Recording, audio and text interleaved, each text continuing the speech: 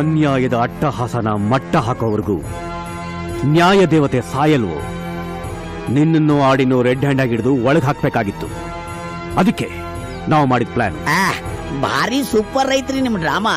ಬನಶಂಕರಿ ಜಾತ್ರೆಯಾಗ ನಡೆಯೋ ಕಾಂಪಿಟೇಷನ್ ಡ್ರಾಮಾಕ್ಕಿಂತ ಭಾರಿ ಐತ್ ನಿಮ್ ಡ್ರಾಮಾ. ಯಾರು ಮೋಸ? ನೀವು ಮೋಸ. ರಾಜ್ಯ ಇರೋದು ರಾಜ್ಯಭಾರ ನಡೆಸೋದು ಜನಗಳ ಸೇವೆ ಮಾಡೋಕ್ಕೋಸ್ಕರ, ಸೇವಕರ ತರ ನೋಡೋದಕ್ಕಲ್ಲ. ಇವತ್ತಿಗೂ ಎಷ್ಟೋ ಹಳ್ಳಿಗಳಲ್ಲಿ ಎಲೆಕ್ಟ್ರಿಕ್ ಪವರ್ ಇಲ್ಲ ಅಂದ್ರೂ ನಿಮ್ ಮನೆ ಗೇಟ್ ಇಂದ ಮನೆ ಮೂಲೆ ಮೂಲೆಗೂ ಅಗತ್ಯಕ್ಕಿಂತ ಹೆಚ್ಚು ಪವರ್ ಬೇಕು. ಎಷ್ಟೋ ಗ್ರಾಮಗಳಲ್ಲಿ ಮಕ್ಕಳಿಗೆ ಶಾಲೆ ಇಲ್ಲ ಅಂದ್ರೂ ನಿಮ್ ಮಕ್ಕಳು ಮಾತ್ರ ಫಾರಿನ್ ಅಲ್ಲೇ ಓದಬೇಕು.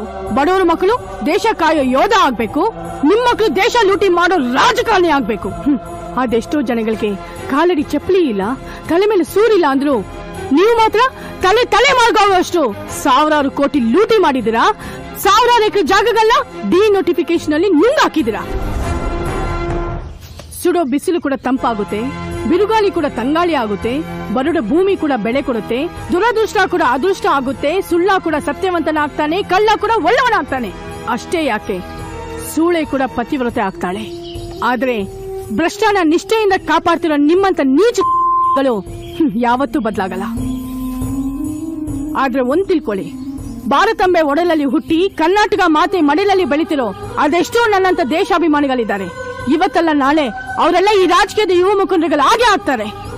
ಆಚಾರ ವಿಚಾರ ಸಂಸ್ಕಾರ ಸಂಸ್ಕೃತಿ ಎಲ್ಲಾದ್ರಲ್ಲೂ ಧೀಮಂತ ರಾಷ್ಟ್ರ ಆಗಿರೋ ಈ ನನ್ನ ತಾಯಿನ ಆರ್ಥಿಕವಾಗಿ ಐಶ್ವರ್ಯವಂತೆ ಮಾಡೇ ಮಾಡ್ತಾರೆ.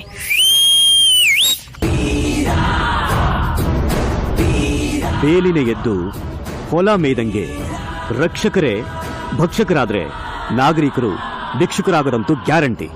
ಆದ್ರೆ ಅಲ್ಲಿವರೆಗೂ ಡಿಪಾರ್ಟ್ಮೆಂಟ್ ಅಲ್ಲಿರೋ ನಮ್ಮಂಥ ಸಿನ್ಸಿಯರ್ ಆಫೀಸರ್ಸ್ ಸುಮ್ಮನೆ ಇರಲ್ಲ.